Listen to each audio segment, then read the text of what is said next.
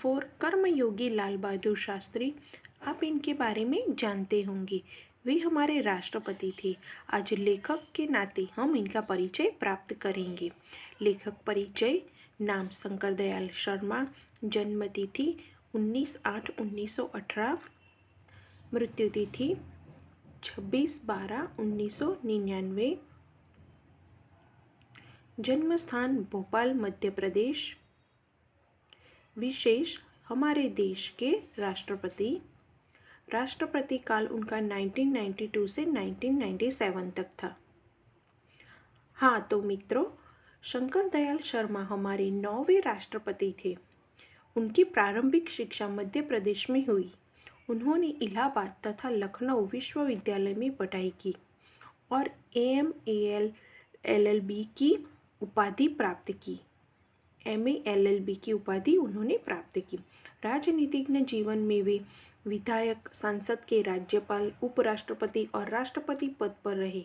हिंदी और अंग्रेजी दोनों भाषाओं में उन्होंने अनेक पुस्तकें लिखी, जैसे कि देशमणि, हमारे पथ प्रदर्शक, प्रतिष्ठित भारतीय, हमारे चिंतन की मूलधारा इत्यादि। शास्त्री जी के नाम के साथ कर्मयोगी विशेषण जोड़ना बिल्कुल उपयुक्त है, क्योंकि मुझे तो उनका सारा जीवन ही कर्म से भरा हुआ मालूम पड़ता है। शास्त्री जी सामान्य परिवार से ऊपर उठकर देश के प्रधानमंत्री के जिस महत्वपूर्ण पद तक पहुँचे, उसका रहस्य उनके कर्मयोगी होने में ही छिपा हुआ है। वे उन लोगों में भी नहीं थे जो भाग्य पर भरोसा करके बैठे रहते हैं और अचानक कभी सफलता मिल जाती है, बल्कि वे उन लोगों में से थे जिनको अपनी हथेली की लकीरों के बजाय अपने चिंतन और कर्म की शक्ति पर अधिक भरोसा होता है और वे क्रमशः अपने जीवन का रास्ता बनाते हुए आगे बढ़ते हैं। शास्त्री जी के लिए कर्म ही ईश्वर था और इसके प्रति बिना किसी फल की आशा किए संपूर्ण भाव से समर्पित रहते थे। यहाँ तक कि जब भी उन्हें फल की प्राप्ति के अवसर मिले, तब भी उन्होंने उस ओर हमेशा उपेक्षित दृष्टि ही रखी। उनका जीवन दर्शन गीता के निष्काम कर्मयोगी का प्रतिरूप था। इसीलिए मैं समझता हूँ कि उन्हें केवल कर्मयोगी के बजाय निष्काम कर्मयोगी कहना कहीं अधिक उपयुक्त होगा। अपने उद्देश्य के प्रति दृढ़ आस्था, उसे उद्देश्य को प्राप्त करने के लिए कर्म का भाव तथा उस कर्म के प्रति संपूर्ण समर्पण, ये 3 बातें मुझे उनके संपूर्ण चरित्र तथा जीवन दर्शन में दिखाई पड़ती हैं। अपने एक भाषण में उन्होंने इस तरह के विचार व्यक्त करते हुए कहा था, यहाँ तक कि भले ही आप राजनीतिक क्षेत्र या सामाजिक क्षेत्र या किसी अन्य क्षेत्र में कार्य करते हैं, यदि आप उसमें सफल होना चाहते हैं तो अपने दायित्व को पूरी तरह से निर्वाह करना चाहते हैं, तो आपके कार्य और समर्पण तथा भक्ति और कर्म में समन्वय होना चाहिए। मैं शास्त्री जी की सफलता का रहस्य उनके इसी महत्वपूर्ण चिंतन में मानता हूँ। साथ ही यह भी मानता हूँ कि किसी भी व्यक्ति, समाज और देश के विकास का रहस्य इसी भक्ति और कर्म के सिद्धांत में निहित है।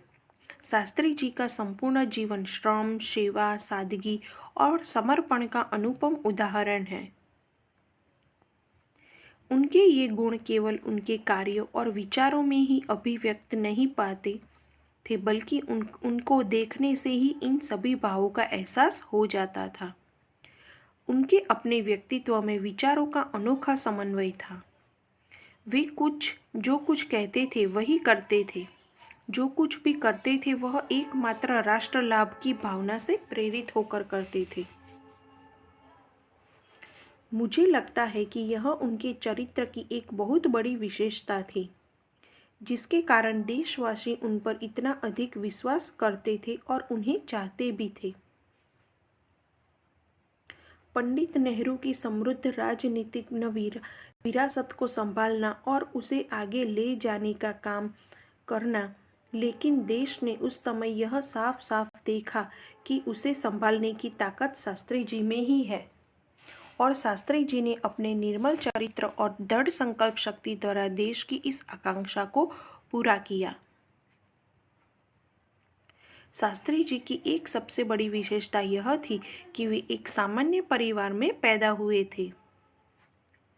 सामान्य परिवार में ही उनकी परवरिश हुई और जब वे देश के प्रधानमंत्री जैसे महत्वपूर्ण पद पर पहुंचे तभी वह सामान्य ही बने रहे। विनम्रता, सादगी और सरलता उनके व्यक्तित्व में एक विशिष्ट प्रकार का आकर्षण पैदा करते थे। इस दृष्टि से शास्त्री जी का व्यक्तित्व बापू के अधिक करीब था और कहना न होगा कि बापू से प्रभावित होकर ही सन 1921 में उन्होंने अपनी पढ़ाई छोड़ी थी। शास्त्री जी पर भारतीय चिंतकों डॉक्टर भगवान दास तथा बापू का कुछ ऐसा प्रभाव रहा कि वह जीवन भर उन्हीं के आदर्शों पर चलते रहे तथा औरों को इसके लिए प्रेरित भी करते रहे। शास्त्री जी के संबंध में मुझे बाइबल की वह युक्ति बिल्कुल सही जान पड़ती है कि विनम्र ही पृथ्वी के वारिस होंगे। शास्त्री जी ने हमारे देश के स्वतंत्र संग्राम में तब प्रवेश किया था जब वे एक स्कूल में विद्यार्थी थे और उसी समय उनकी उम्र 17 वर्ष की थी।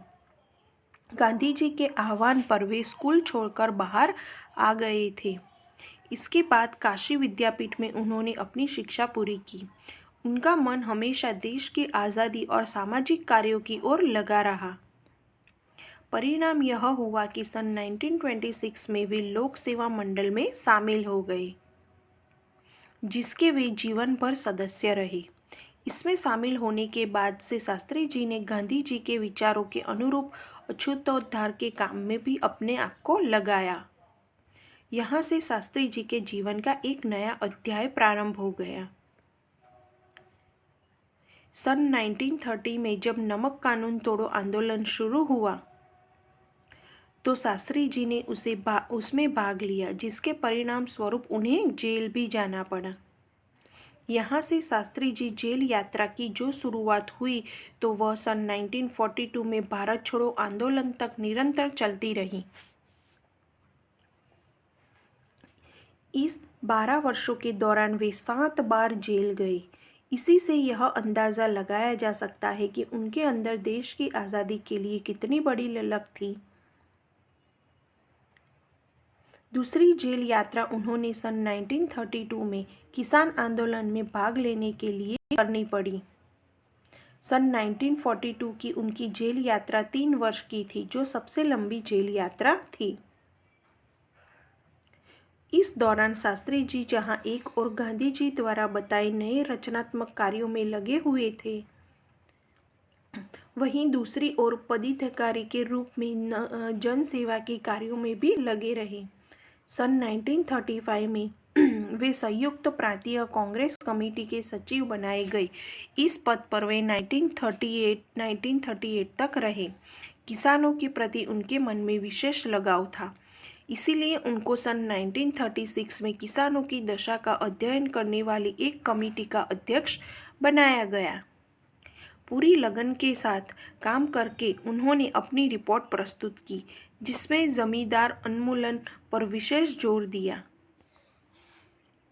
इसके बाद के 6 वर्षों तक वे इलाहाबाद की नगर पालिका से किसी न किसी रूप में जुड़े रहे। मैं समझता हूँ कि इस अनुभव ने भी शास्त्री जी के व्यक्तित्व और चिंतन को नागरिकों की समस्या से निकट से परिचित कराया। उनके पास ग्रामीण जीवन का अनुभव था। अब इसके साथ ही इलाहाबाद नगर पालिका ने जन सेवा का भी अनुभव जोड़ लिया था। लोकतंत्र की इस आधारभूत इकाई में कार्य करने के कारण वे देश की छोटी छोटी समस्या और उनके निराकरण की व्यवहारिक प्रक्रिया से अच्छी तरह परिचित हो गए थे। कार्य के प्रति निष्ठा और मेहनत करने की अदम्य क्षमता के कारण सन 1936 में वे संयुक्त प्रांतीय व्यवस्थापिक सभा के लिए निर्वाचित हुए। सही मायने में यही से शास्त्री जी के संसदीय जीवन की शुरुआत हुई, जिसका समापन देश के प्रधानमंत्री पद तक पहुंचने में हुआ। शास्त्री जी को भारतीय राजनीति की इतनी सही और गहरी पकड़ थी कि श्रीमती इंदिरा गांधी ने उन्हें अपना राजनीतिज्ञ गुरु मानते हुए कहा था कि इन्हीं के मार्गदर्शन में मेरा राजनीतिज्ञ जीवन शुरू हुआ है। देश की आज़ादी के बाद उत्तर प्रदेश तथा केंद्र सरकार में शास्त्री जी भिन्न भिन्न पदों पर नियुक्त हुए। उत्तर प्रदेश में उन्हें गृह मंत्री बनाया गया। बाद में पंडित नेहरू के अनुरोध पर वे केंद्र में आ गए।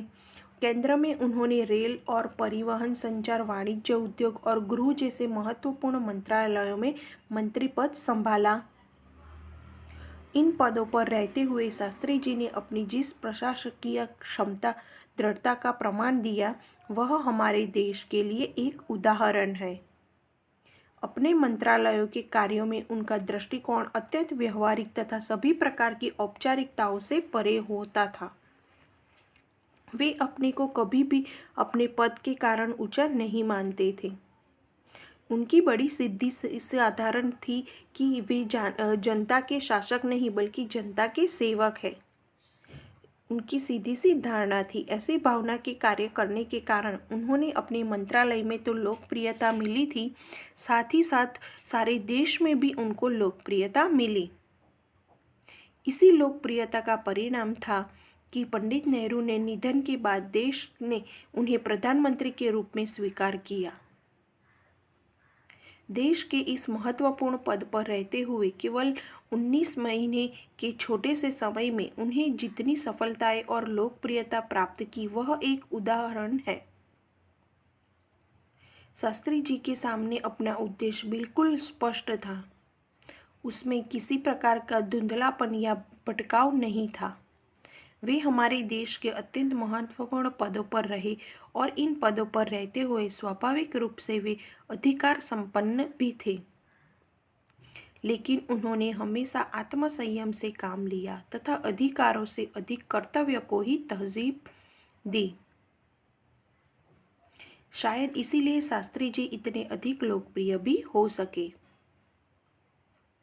उन्होंने अलीगढ़ मुस्लिम विश्वविद्यालय के दीक्षांत समारोह में 19 दिसंबर 1964 को छात्रों को संबोधित करते हुए कुछ इस तरह से विचार व्यक्त किए थे। आपके भविष्य की मंजिल चाहे जो कुछ भी हो, आप में से प्रत्येक को यह सोचना चाहिए कि आप सबसे पहले देश के नागरिक हैं। यह आपको संविधान द्वारा प्रदत्त कुछ अधिकार देता है, लेकिन इससे कुछ कर्तव्यों का भी बोझ आता है जिसे समझना चाहिए। हमारा देश प्रजातांत्रिक है जो निजी स्वतंत्रता देता है, लेकिन इस स्वतंत्रता का उपयोग एक व्यवस्थित समाज के हित में स्वेच्छा से लगाए गए प्रतिबंधों की तरह होना चाहिए।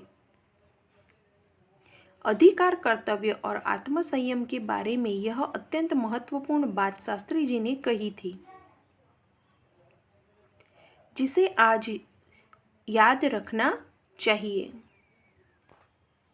भाषा सज्जता। आप अवयव के बारे में जान चुके हैं। अब आप इन वाक्यों को सुनिए। निम्नलिखित वाक्य पढ़िए। भावेश कम बोलता है। साहिल झटपट तैयार हो गया।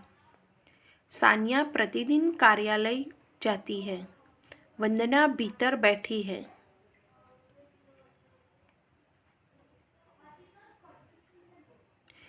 भावेश कम बोलता है। कम।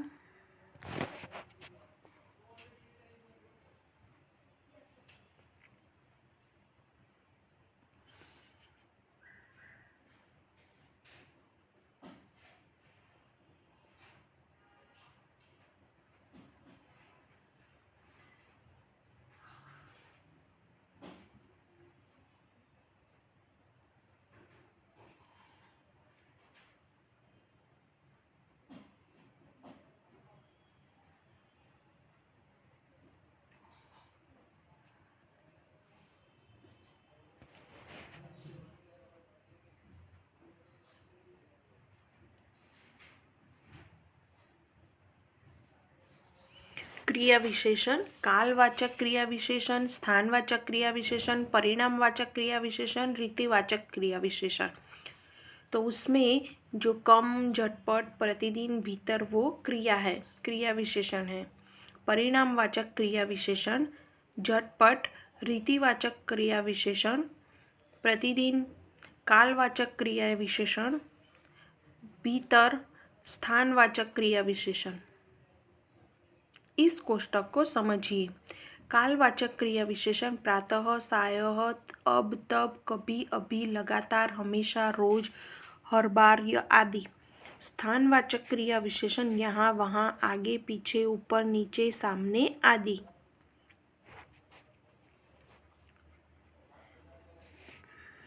परिणामवाचक क्रिया विशेषण स्थानवाचक यानी यहाँ, वहाँ, आगे, पीछे, ऊपर, नीचे, सामने आदि स्थान दर्शाता हो उसे कहते हैं स्थानवाचक क्रिया विशेषण।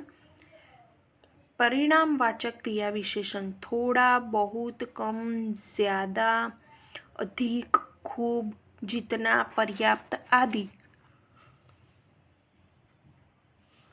उसे हम परिणामवाचक क्रिया विशेषण कहते हैं।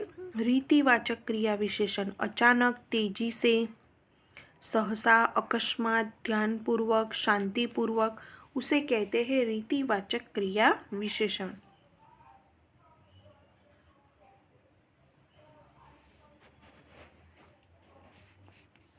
निम्नलिखित वाक्य पढ़िए। राम के साथ लक्ष्मण भी वन में गए। बगीचे में चारों ओर दीवार बनी हुई है। हमारे घर के आगे मस्जिद है। मनीषा मानसी से मधुर गाती है। आज साजिद की जगह वाजिद गलेगा।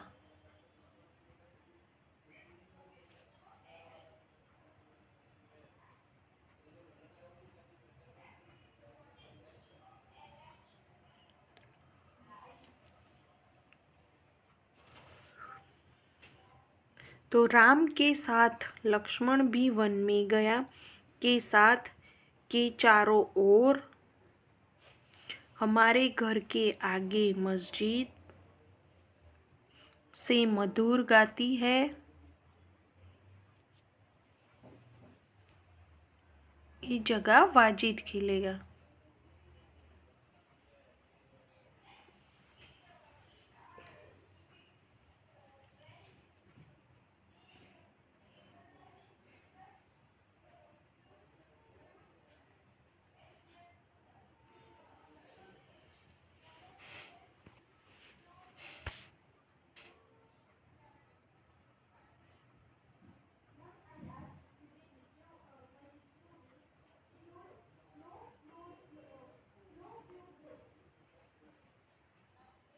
और कुछ वाक्य दिए हैं जो आपको पढ़ने हैं।